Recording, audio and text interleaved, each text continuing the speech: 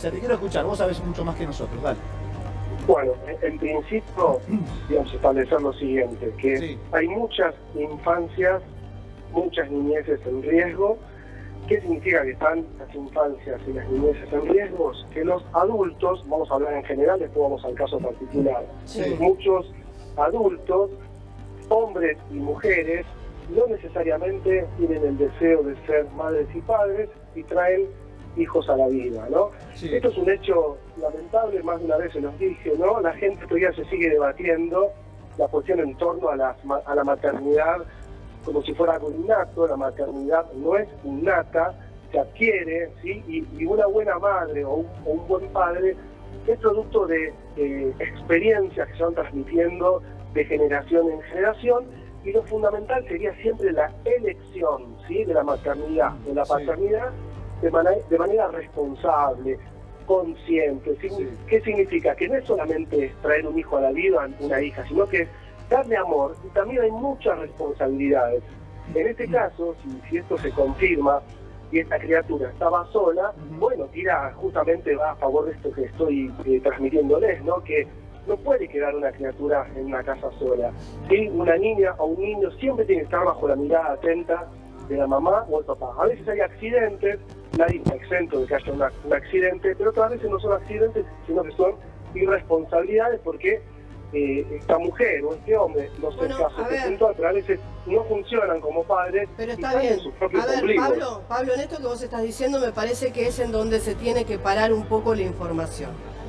Yo decía lo siguiente: supongamos que estoy en la casa, estoy cocinando mientras mi hijo o mi hija están jugando, en un momento de distracción, porque yo estoy haciendo otra cosa, termina pasando algo como un accidente que le cuesta o la vida o una lesión al menor. Eso es una cosa. Ahora, cuando vos decís irresponsabilidad, uno toma una determinación.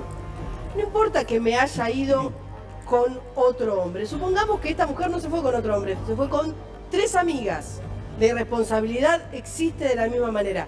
Por lo tanto, en esa irresponsabilidad, en esa decisión que toma la mujer de retirarse y dejar a un menor en una situación vulnerable, en donde le puede pasar algo, tiene que haber una condena en la justicia. Tiene que haber una pena en la justicia. Sí, en esa misma línea estamos de acuerdo. A ver, yo siempre digo, ¿no? Los accidentes suceden, Claro que sí. es normal en las casas.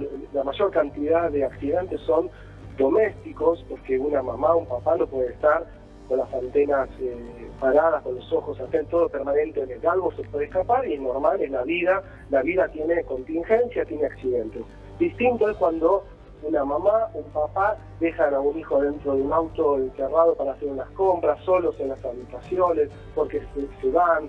Creo que esto es lo que hay que repudiar siempre, ¿no? Y vuelvo así para que quede bien establecido, porque tenemos mucha gente que está viendo y escuchándonos.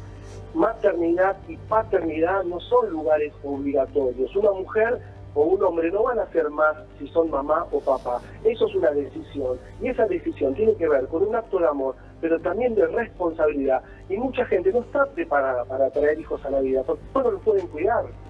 Sí, está claro, ¿no? Una de esas personas que no está preparada para cuidar a un hijo es esta mujer. Está claro.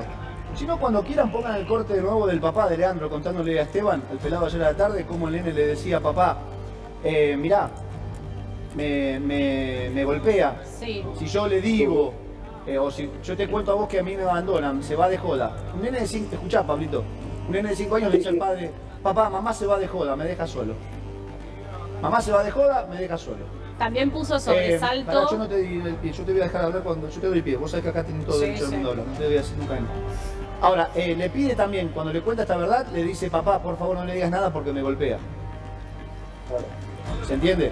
Es decir, la acción permanente de esta mujer, de Mariana, era irse, dejarlo solo. Ahora, me preguntás a mí, ¿por qué no llamaba a alguien para cuidar a Ciro? No lo sé.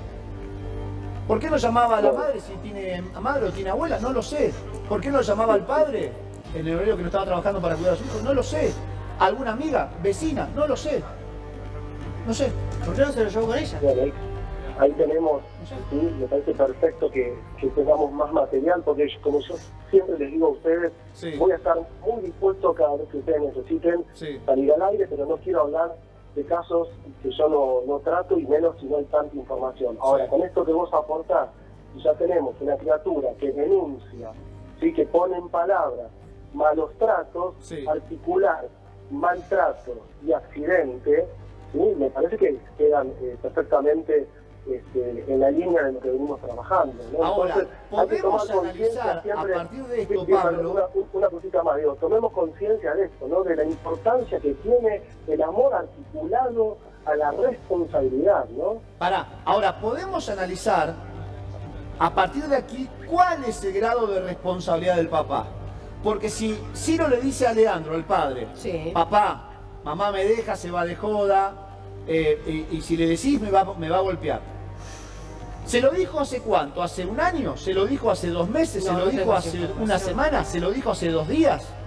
¿Y el padre no le creyó? Para mí- El padre no lo tomó de manera seria. Y allí uno puede empezar a desglosar esta historia y analizar la responsabilidad del padre. ¿Qué hay responsabilidad del padre ante esta declaración? Por supuesto que Si la hay. no hay denuncia, si esto Por no supuesto fue que la hay. denunciado en la justicia, Sí. la hay. Yo voy a ir a lo terrenal. Si tu hijo, que es chiquitito, te dice, mamá me deja solo, todas las noches, Sí. y si le decís algo, la retás a mamá, me pega. Vos, tratando de protegerlo, incluso haciendo algo que no está bien quizás, Sí. ¿no retirarías al menor de ese lugar y te lo Sí, llevarías con trataría de vos? llevármelo. Trataría de llevármelo a toda costa. Por eso, a eso Toda- me refería cuando hablaba, ¿no hay responsabilidad también del Sí, padre, sí. estando al tanto de la situación que vivía el menor? Por eso pregunto, ¿cuándo se lo dijo?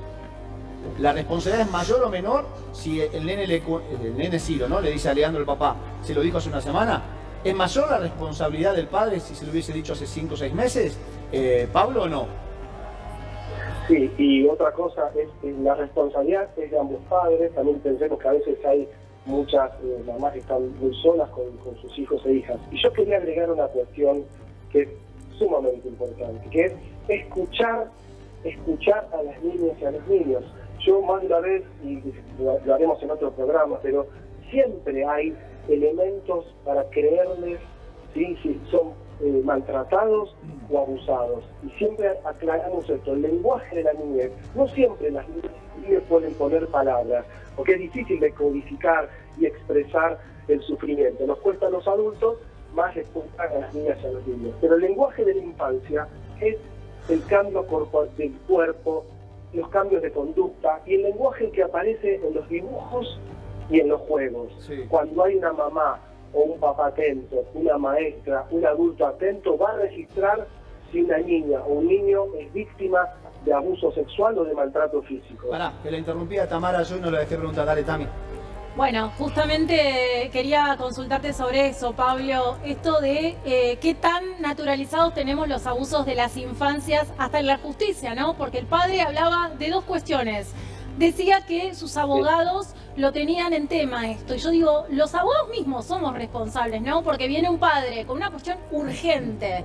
Ahora, la pregunta es, ¿el padre podía hacerse cargo también de estas circunstancias? O como vos decís, había un mensaje del menor que no fue leído a tiempo, ¿no? El padre nos dijo también que trabajaba acá en Crónica más de 12 horas diarias y que no podía estar con su hijo.